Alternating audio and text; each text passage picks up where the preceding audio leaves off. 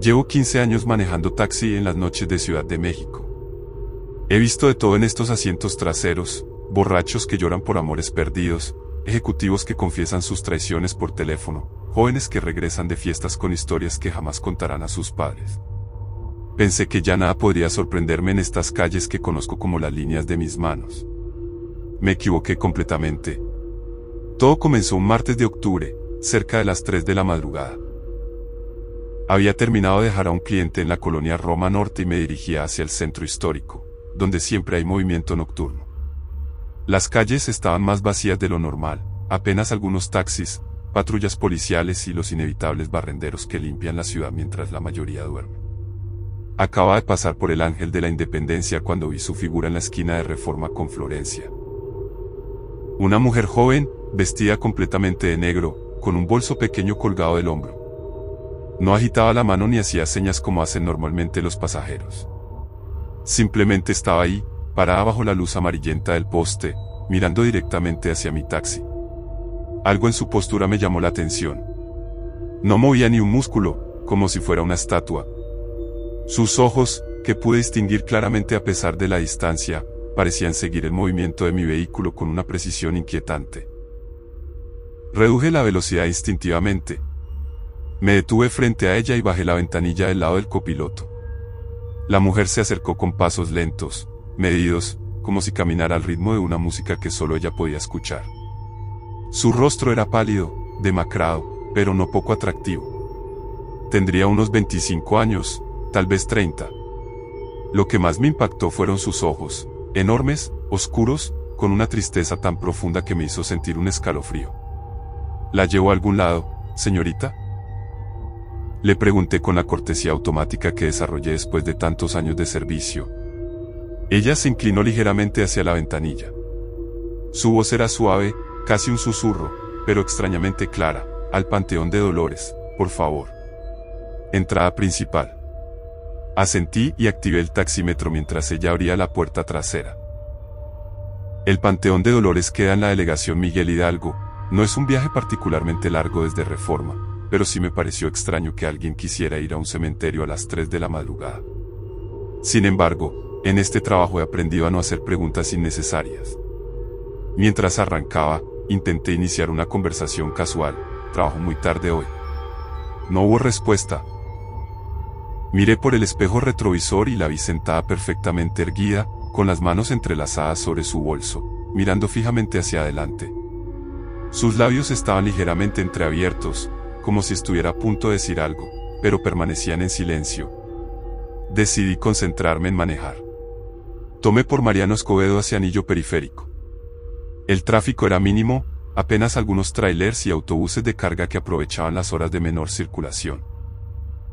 La radio del taxi reproducía música grupera a bajo volumen. Las voces de los Tigres del Norte llenaban el silencio incómodo que se había instalado en el vehículo. Fue en el periférico donde comencé a notar algo extraño. La temperatura dentro del taxi había bajado considerablemente. Al principio pensé que había algún problema con la calefacción, pero luego me di cuenta de que el aire acondicionado ni siquiera estaba encendido. Miré nuevamente por el espejo retrovisor y la mujer seguía en la misma posición, inmóvil, como una figura de cera. ¿Tiene frío, señorita? ¿Quiere que suba la calefacción?, le pregunté. Esta vez sí me respondió, pero sin mover la cabeza ni cambiar su postura. No es necesario. Ya casi llegamos.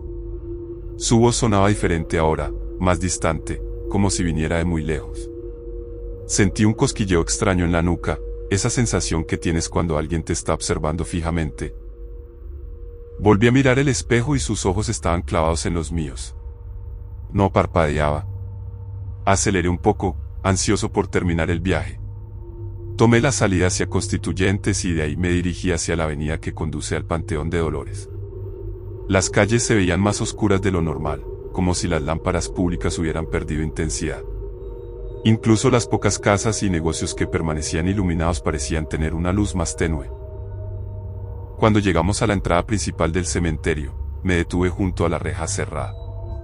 Era obvio que el panteón estaba cerrado a esa hora. Las grandes puertas de hierro negro estaban aseguradas con cadenas y candados. Volteé hacia mi pasajera para explicarle la situación. Señorita, el panteón está cerrado. No abre hasta las 8 de la mañana. ¿Quiere que la lleve a algún otro lado? No hubo respuesta. Miré por el espejo retrovisor y el asiento trasero estaba vacío. Mi corazón comenzó a latir aceleradamente. Apagué el motor y encendí la luz interior del taxi. Revisé todo el asiento trasero, miré debajo de los asientos, incluso abrí las puertas para asegurarme. La mujer había desaparecido por completo. Pero lo más perturbador no era su desaparición. En el asiento donde había estado sentada, había una pequeña fotografía en blanco y negro. La tomé con manos temblorosas y la acerqué a la luz. Era el retrato de una mujer joven, la misma que había llevado en mi taxi, pero la fotografía parecía muy antigua, de esas que se tomaban en los estudios fotográficos de los años 50 o 60. Al reverso, con una caligrafía delicada y antigua, estaba escrito, María Elena Vázquez, 1962 a 1984. Siempre esperándote en casa. Guardé la fotografía en mi billetera y arranqué el taxi con las manos aún temblando. Durante todo el camino de regreso al centro, no pude dejar de pensar en lo que había ocurrido. ¿Había sido una broma? ¿Una alucinación causada por el cansancio de trabajar tantas noches seguidas? Al día siguiente, después de unas pocas horas de sueño inquieto, decidí investigar. Fui a la Biblioteca Central y busqué información sobre María Elena Vázquez. Los registros del Panteón de Dolores confirmaron mis peores temores. María Elena Vázquez había muerto en un accidente automovilístico en 1984, a los 22 años de edad. Estaba enterrada en el Panteón de Dolores, sección quinta, lote número 247. Pero la historia no terminaba ahí. Según un artículo de periódico de la época que encontré en los archivos, María Elena había muerto mientras esperaba un taxi en la esquina de Reforma con Florencia. Era aproximadamente las 3 de la madrugada de un martes de octubre. Había estado en una fiesta con amigas y regresaba a su casa cuando un conductor ebrio perdió el control de su vehículo y la atropelló. El artículo mencionaba que María Elena había estado esperando un taxi para ir a casa, donde su madre la esperaba despierta, como todas las noches. La madre había declarado a los reporteros que su hija siempre le decía, no te preocupes mamá, siempre llego a casa. Esa noche no llegó. Durante los siguientes días traté de convencerme de que todo había sido una coincidencia extraña, tal vez una broma de mal gusto de alguien que conocía la historia. Pero en el fondo sabía que algo más profundo había ocurrido en mi taxi esa madrugada. Pasó una semana antes de que volviera a trabajar el turno nocturno. La experiencia me había afectado más de lo que quería admitir. Cada vez que pasaba por la esquina de Reforma con Florencia, reducía la velocidad y miraba cuidadosamente, pero no vi nada fuera de lo normal. Fue exactamente 2 semanas después, un martes de octubre, cerca de las 3 de la madrugada, cuando la vi de nuevo. Esta vez estaba esperando en la misma esquina, en la misma posición, con el mismo vestido negro y el mismo bolso pequeño. Mi primer impulso fue acelerar y pasar de largo, pero algo me detuvo. Tal vez fue curiosidad, tal vez fue compasión, o tal vez fue el reconocimiento de que esta mujer necesitaba ayuda de una manera que yo no podía comprender completamente. Me detuve frente a ella. Se acercó con los mismos pasos lentos y medidos de la vez anterior. Cuando se inclinó hacia la ventanilla, pude ver sus ojos con mayor claridad. La tristeza seguía ahí, pero ahora había algo más, gratitud. Al Panteón de Dolores, por favor. Entrada principal, dijo con la misma voz suave. María Elena, le dije sin pensar. Ella se detuvo a medio camino de abrir la puerta trasera. Por primera vez, la vi sonreír. Era una sonrisa melancólica, pero genuina. Gracias por recordar mi nombre, susurró, y subió al taxi. El viaje fue diferente esta vez. La temperatura no bajó, y aunque seguía sin hablar mucho, sentí una presencia más cálida, menos inquietante. Ocasionalmente la veía por el espejo retrovisor, y aunque mantenía la misma postura erguida, había algo más relajado en su expresión. Cuando llegamos al Panteón de Dolores, se bajó del taxi antes de que yo pudiera decir algo. Caminó hacia las rejas cerradas y, sin voltear a verme, dijo, algún día llegaré a casa. Luego desapareció entre las sombras de los árboles que rodean el cementerio. Esta vez no dejó ninguna fotografía, pero sí dejó algo más valioso. La sensación de que había cumplido una misión importante, de que había ayudado a alguien que llevaba décadas esperando un taxi que la llevara a casa. Desde entonces, María Elena subió a mi taxi exactamente cada 2 semanas, siempre un martes de octubre, siempre a las 3 de la madrugada, siempre en la misma esquina. Nunca hablamos mucho durante el viaje, pero he llegado a entender que lo que ella busca no es llegar al Panteón de Dolores. Lo que ella busca es completar el viaje que nunca pudo terminar esa noche de 1984. Cada vez que la llevo, veo un poco menos de tristeza en sus ojos y un poco más de paz. Creo que eventualmente, cuando haya hecho el viaje suficientes veces, cuando haya procesado completamente lo que le ocurrió esa noche, finalmente podrá llegar a casa. Hasta entonces, yo seguiré pasando por esa esquina cada martes a las 3 de la madrugada, porque he comprendido que algunos pasajeros necesitan más que un simple viaje de un punto A a un punto B. Algunos necesitan completar historias que quedaron inconclusas.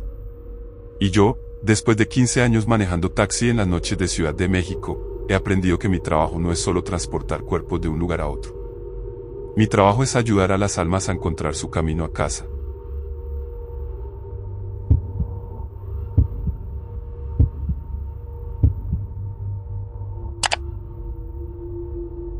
Llegué a Valparaíso hace 8 años, huyendo de una vida que se había vuelto insoportable en Santiago.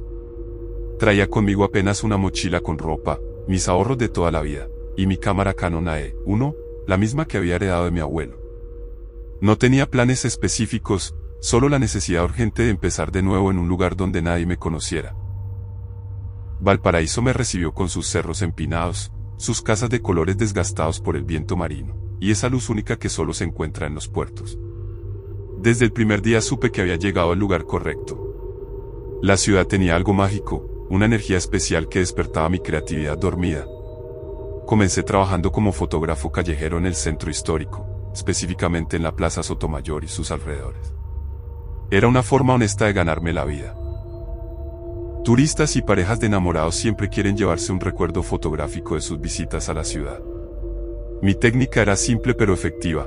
Tomaba fotos espontáneas de las personas mientras caminaban o posaban naturalmente, luego les ofrecía las impresiones reveladas al momento con mi pequeña impresora portátil. Durante los primeros meses, todo funcionó perfectamente. Mis clientes quedaban satisfechos con las fotografías, yo ganaba lo suficiente para vivir modestamente en una pequeña habitación en el Cerro Concepción, y poco a poco fui estableciendo una rutina que me daba estabilidad emocional. Fue en marzo, durante los últimos días del verano, cuando comenzaron a ocurrir cosas extrañas. Todo empezó con una fotografía aparentemente normal. Era una tarde soleada y había tomado varias fotos de una familia de turistas argentinos frente al monumento a los héroes de Iquique. Padre, madre, 2 hijos adolescentes, todos sonriendo bajo el cielo azul de Valparaíso. Una imagen perfecta para el álbum familiar. Cuando revelé las fotos esa misma tarde en mi cuarto oscuro improvisado, noté algo perturbador en una de las imágenes. Detrás de la familia, ligeramente desenfocada pero claramente visible, había una quinta persona. Un hombre mayor, vestido con un traje oscuro de estilo antiguo, que no había estado presente cuando tomé la fotografía. Mi primera reacción fue pensar que había sido un error de revelado, tal vez una doble exposición accidental. Revisé el negativo con una lupa y efectivamente, la figura del hombre estaba ahí, grabada en la película como si hubiera sido parte de la escena original. Decidí no entregar esa fotografía particular a la familia. Les di las otras imágenes, que salieron normales, y guardé la anómala en mi archivo personal. Pensé que había sido solo un incidente aislado, una casualidad técnica que podía explicarse de alguna manera racional. Me equivoqué completamente. Durante las siguientes semanas, las apariciones extrañas en mis fotografías se volvieron cada vez más frecuentes. No ocurría en todas las imágenes, pero sí en aproximadamente una de cada 10. Siempre eran personas que no habían estado presentes durante la toma, ancianos vestidos con ropa de épocas pasadas, mujeres con vestidos largos y sombreros anticuados, niños con ropas que parecían de principios del siglo XX. Lo más inquietante era que estas figuras aparecían siempre en segundo plano, como si estuvieran observando a los sujetos principales de mis fotografías. Sus expresiones eran melancólicas, nostálgicas, como si sintieran una profunda tristeza por algo que habían perdido hace mucho tiempo. Comencé a documentar meticulosamente cada aparición. Creé un archivo especial donde guardaba todas las fotografías, anómalas, junto con notas detalladas sobre las circunstancias en que fueron tomadas, fecha, hora, ubicación exacta, condiciones climáticas, tipo de película utilizada. Esperaba encontrar algún patrón que me ayudara a entender qué estaba ocurriendo. Fue entonces cuando decidí investigar la historia de los lugares donde tomaba mis fotografías. Lo que descubrí en la biblioteca municipal y en los archivos históricos de Valparaíso cambió para siempre mi perspectiva sobre lo que estaba ocurriendo. La Plaza Sotomayor, donde yo trabajaba diariamente, había sido el epicentro de numerosos eventos trágicos a lo largo de la historia de la ciudad. Durante el terremoto de 1906, que devastó gran parte de Valparaíso, cientos de personas habían muerto en esa zona específica. El maremoto posterior había arrastrado cuerpos hacia el mar, y muchas familias nunca pudieron recuperar los restos de sus seres queridos para darles una sepultura digna. Además, durante las epidemias de cólera y peste bubónica de finales del siglo XIX y principios del XX, la plaza había servido como punto de concentración para los enfermos que esperaban ser trasladados a hospitales improvisados. Muchos murieron esperando, sus cuerpos apilados en carretones que recorrían las calles empedradas hacia cementerios que rápidamente se llenaron más allá de su capacidad. Pero la información más reveladora la encontré en un archivo personal donado por la familia de un antiguo cronista de la ciudad. Entre sus documentos había fotografías de la plaza tomadas en diferentes épocas, y cuando las comparé con mis propias imágenes, anómalas, los paralelismos eran innegables. Las figuras que aparecían en mis fotografías correspondían exactamente con las personas que habían sido retratadas en esas imágenes históricas. El hombre del traje oscuro era idéntico a un comerciante llamado Emilio Sánchez, quien había muerto durante el terremoto de 1906 mientras intentaba salvar su negocio de telas. La mujer del vestido largo y el sombrero era Esperanza Morales, una maestra que había fallecido atendiendo a niños enfermos durante la epidemia de 1918. La evidencia era abrumadora, pero también aterradora.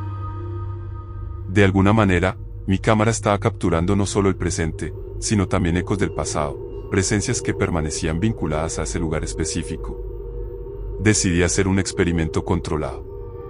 Elegí un día entre semana, cuando la plaza estaba relativamente vacía, y tomé fotografías sistemáticamente desde diferentes ángulos. No había turistas a quienes fotografiar, así que me concentré únicamente en capturar la arquitectura y el ambiente general del lugar. Cuando revelé esas imágenes, el resultado fue aún más impactante. Sin la interferencia de personas vivas en primer plano, las figuras del pasado aparecían con mayor claridad y en mayor número. Pude contar al menos 15 personas diferentes en las diversas fotografías, todas vestidas con ropas de épocas pasadas, todas con expresiones de profunda melancolía.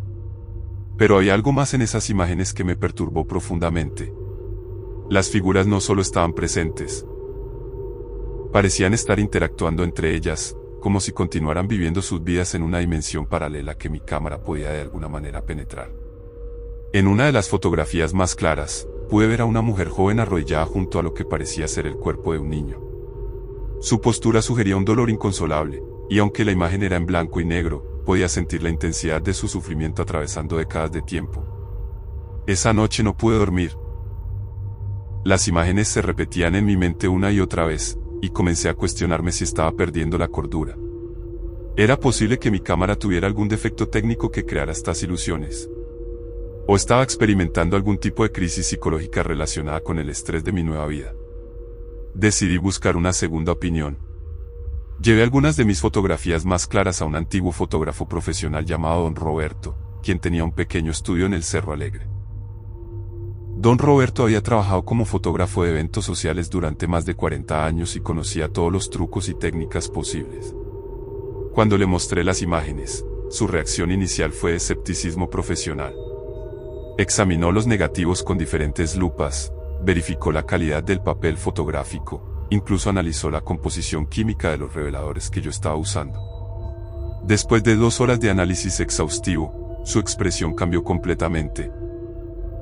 «Muchacho», me dijo con voz temblorosa, en 40 años de profesión nunca había visto algo así. Estas imágenes son técnicamente perfectas. No hay evidencia de manipulación, doble exposición o defectos en la película. Lo que estás capturando es real, al menos desde el punto de vista fotográfico. Don Roberto me contó entonces una historia que había escuchado de su mentor, un fotógrafo alemán que había llegado a Valparaíso a principios del siglo XX. Según esta historia, ciertos lugares acumulan memoria visual debido a la intensidad emocional de los eventos que han ocurrido allí. Las cámaras, especialmente las analógicas como la mía, a veces pueden capturar fragmentos de esta memoria.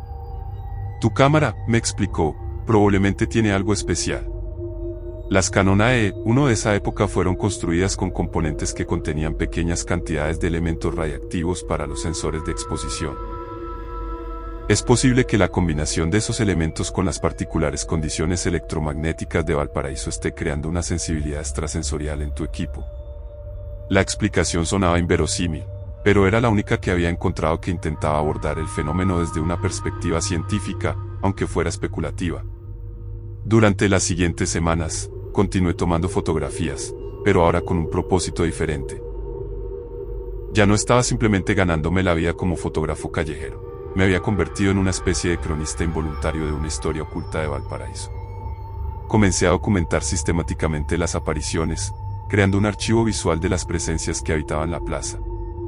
Cada fotografía venía acompañada de investigación histórica, identificaba a las personas cuando era posible, investigaba las circunstancias de sus muertes, buscaba información sobre sus vidas.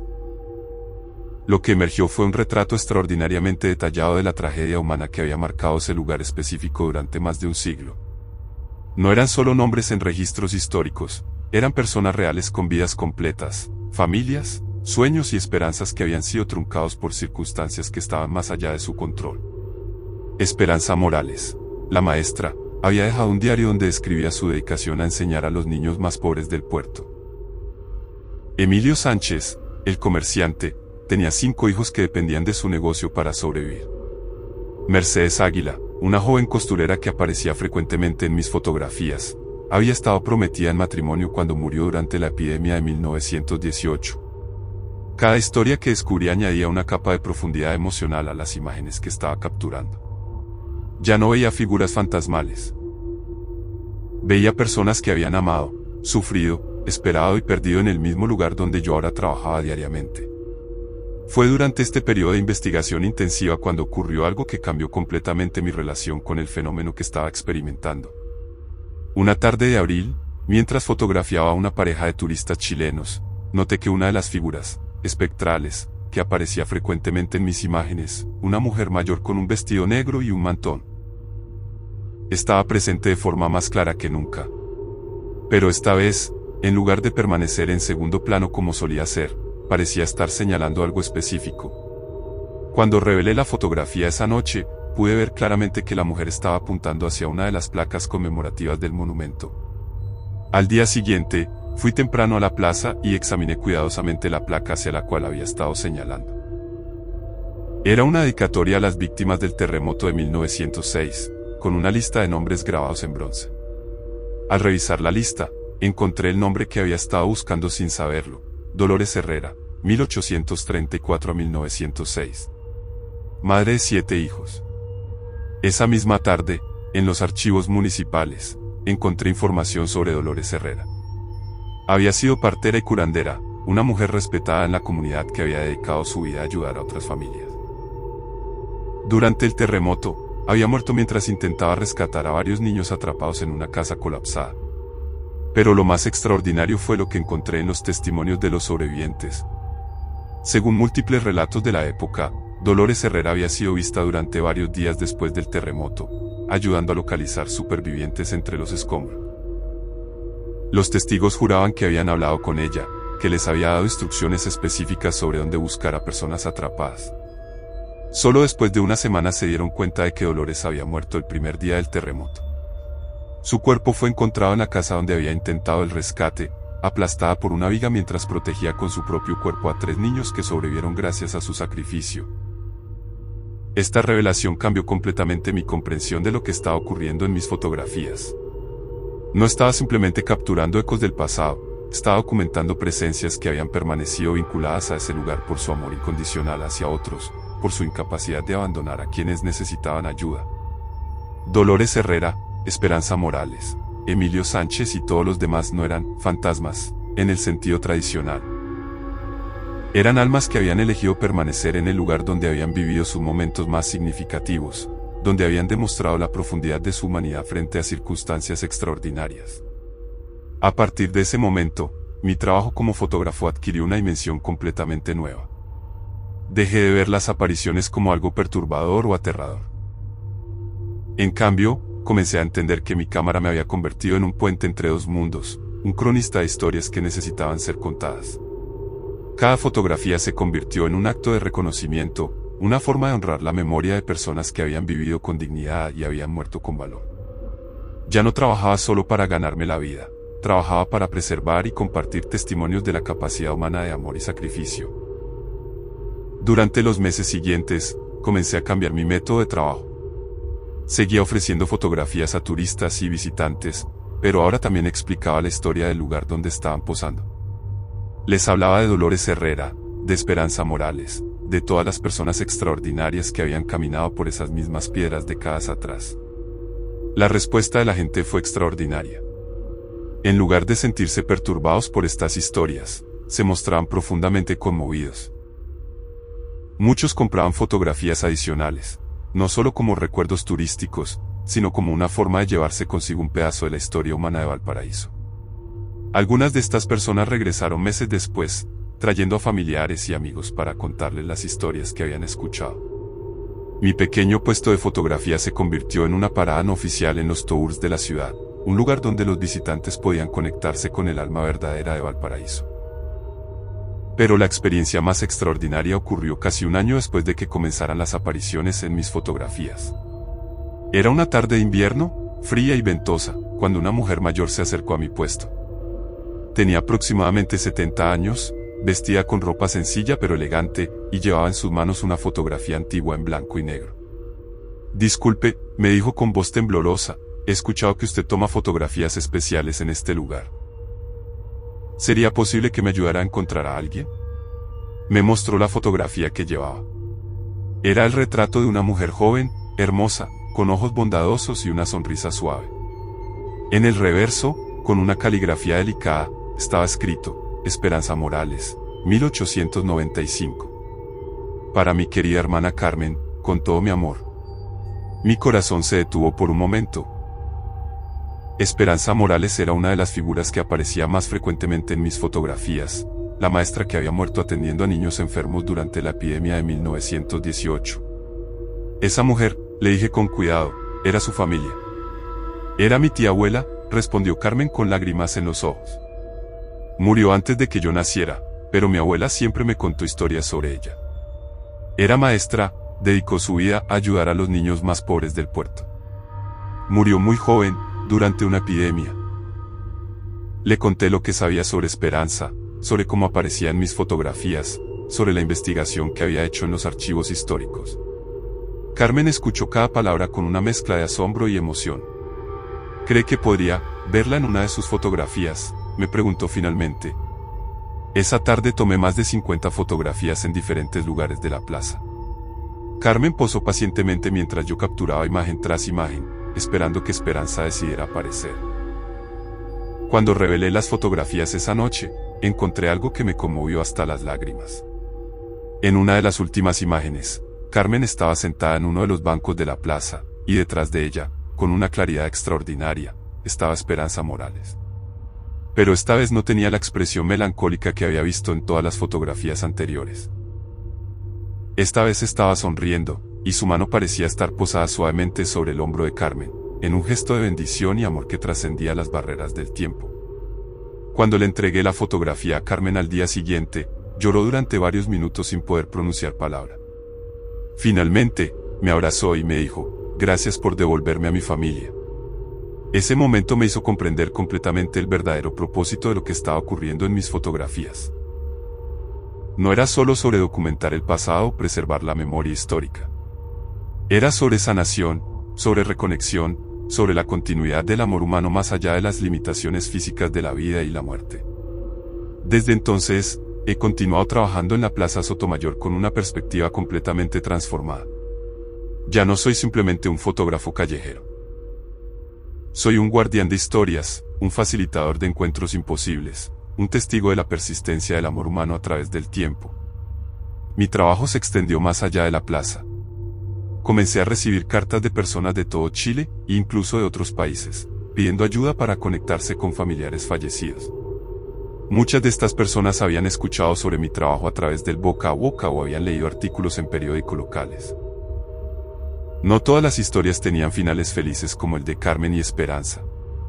A veces, las personas que aparecían en mis fotografías no tenían conexiones familiares conocidas. En esos casos, mi trabajo se convertía en preservar su memoria, en asegurarme de que sus historias no se perdieran en el olvido. Creé un archivo digital donde documentaba cada aparición, cada historia que lograba reconstruir. Este archivo se convirtió en una especie de museo virtual de las almas de Valparaíso, un testimonio de las vidas que habían dado forma al carácter único de la ciudad. Con el tiempo, mi reputación creció. Historiadores locales comenzaron a consultar mi archivo para sus investigaciones. Familias que habían perdido el rastro de sus ancestros encontraban en mis fotografías las últimas imágenes conocidas de sus seres queridos.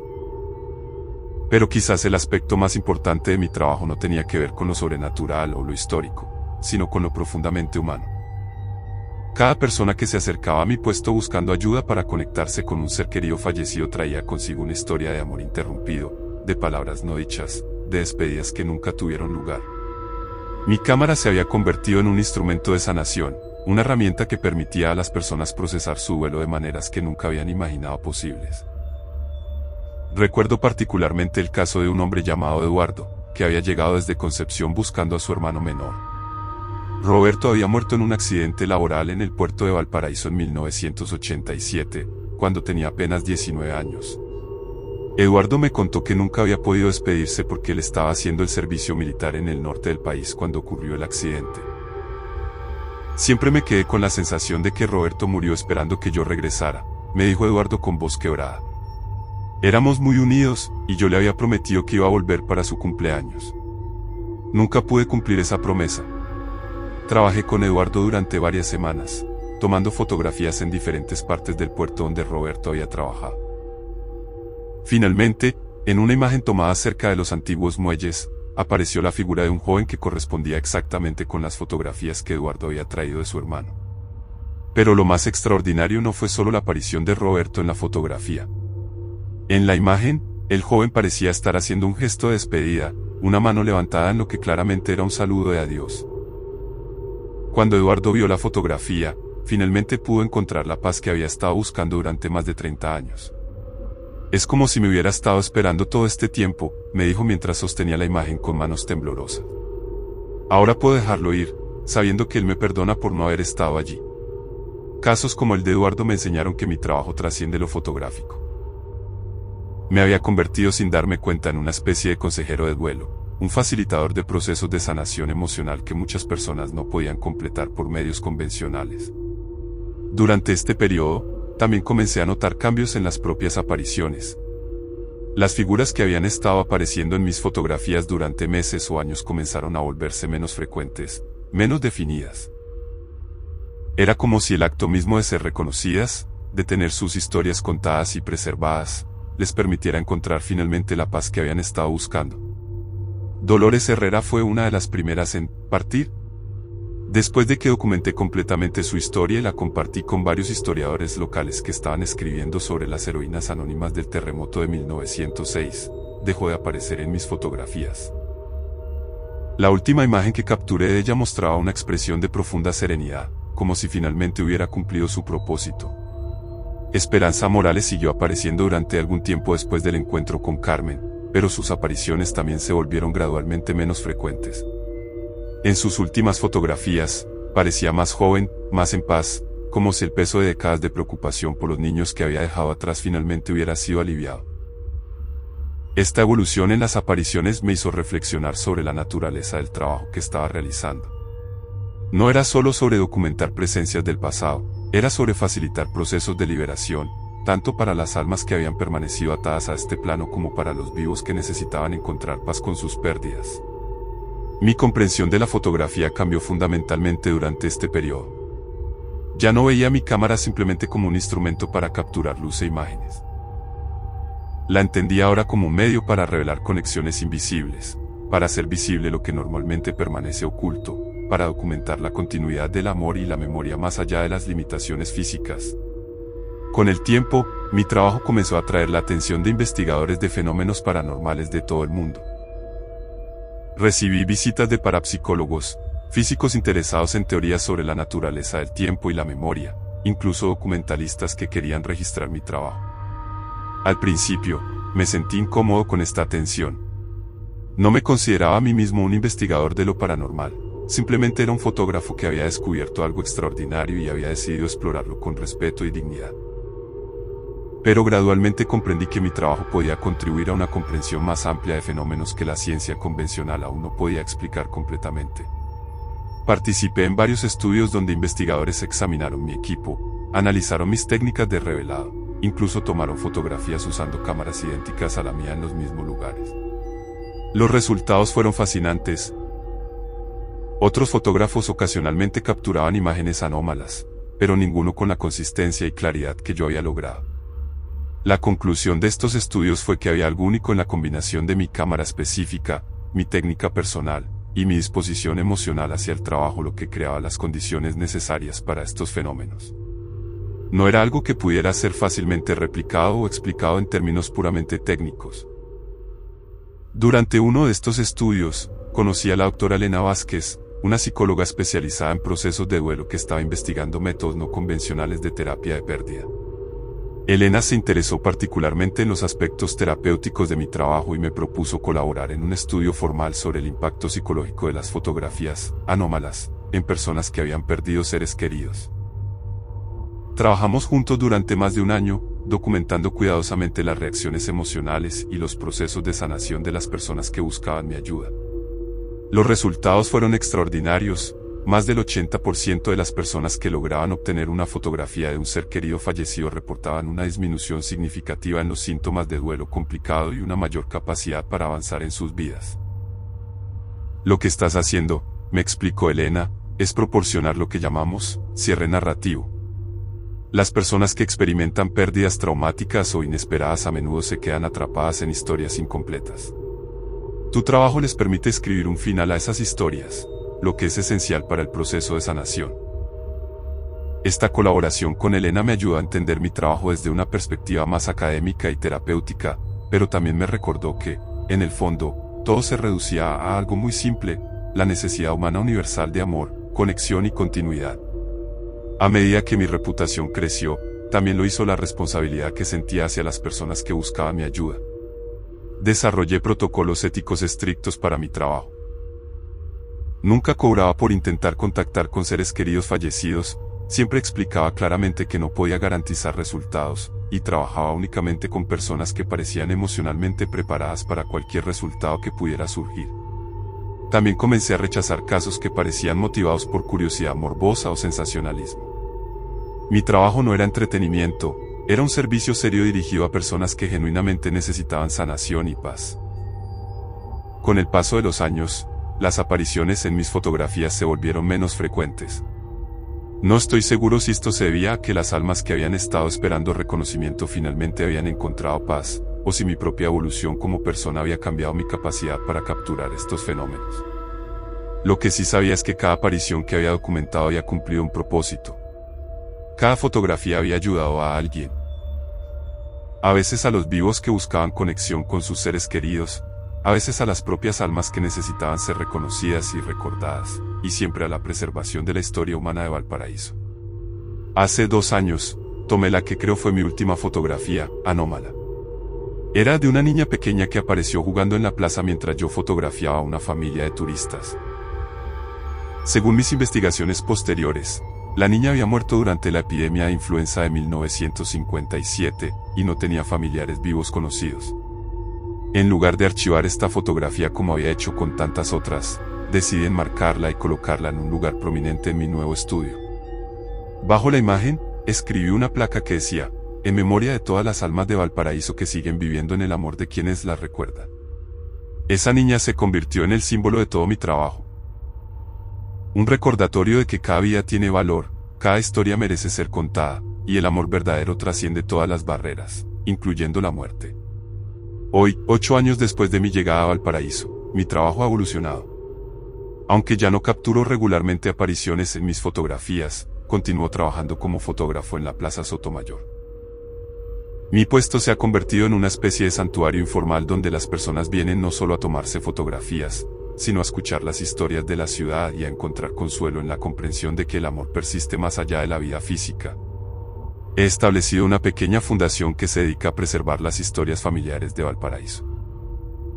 Trabajamos con archivos locales para digitalizar fotografías antiguas, recopilar testimonios orales de personas mayores, y crear un registro permanente de las vidas que han dado forma a esta ciudad extraordinaria. Mi cámara Canon AE-1 sigue siendo mi compañera constante, pero ahora la uso principalmente para capturar la vida presente de Valparaíso. Los rostros de los niños que juegan en la plaza, las expresiones de los turistas que descubren la belleza de la ciudad por primera vez, los momentos cotidianos de una comunidad que sigue prosperando sobre las piedras donde tantas historias han comenzado y terminado. Cada fotografía que tomo ahora lleva consigo la sabiduría que he adquirido durante estos años extraordinarios. He aprendido que la vida y la muerte no son opuestos absolutos, sino partes de un continuum más amplio de existencia y memoria. He aprendido que el amor verdadero no conoce límites temporales, y que nuestras acciones de bondad y sacrificio resuenan a través de las generaciones. Más que nada, he aprendido que mi papel como fotógrafo no es solo capturar imágenes, sino servir como un guardián de la memoria humana, un testigo de la extraordinaria capacidad de las personas para amar, sufrir, resistir y trascender. Cuando las personas me preguntan si extraño los días en que mi cámara capturaba regularmente apariciones de personas fallecidas, siempre respondo de la misma manera: no las extraño, porque nunca se fueron realmente. Siguen aquí, en cada historia que cuento, en cada fotografía que tomo, en cada momento de conexión humana que facilito. Las almas de Valparaíso no necesitaban ser fotografiadas para existir. Necesitaban ser reconocidas, recordadas y amadas. Y en el proceso de ayudarlas a encontrar esa paz, yo también encontré la mía. Mi cámara ya no captura fantasmas del pasado, pero sigue capturando algo igualmente mágico: la continuidad del espíritu humano, la persistencia del amor, y la extraordinaria belleza de una ciudad que ha aprendido a honrar tanto a sus vivos como a sus muertos. Cada atardecer, cuando recojo mi equipo y camino de regreso a mi casa en el Cerro Concepción, paso por la placa que honra a las víctimas del terremoto de 1906. Siempre me detengo un momento para recordar a Dolores Herrera, a Esperanza Morales, a Emilio Sánchez, y a todas las demás almas extraordinarias que me enseñaron que la fotografía es, en última instancia, el arte de hacer visible lo invisible, de preservar lo que más importa, y de demostrar que el amor verdadero nunca muere. Y mientras camino por esas calles empedradas, con mi cámara colgando del hombro y el corazón lleno de gratitud por el extraordinario viaje que la vida me ha dado, sé que sigo siendo, y siempre seré, el fotógrafo de almas de Valparaíso.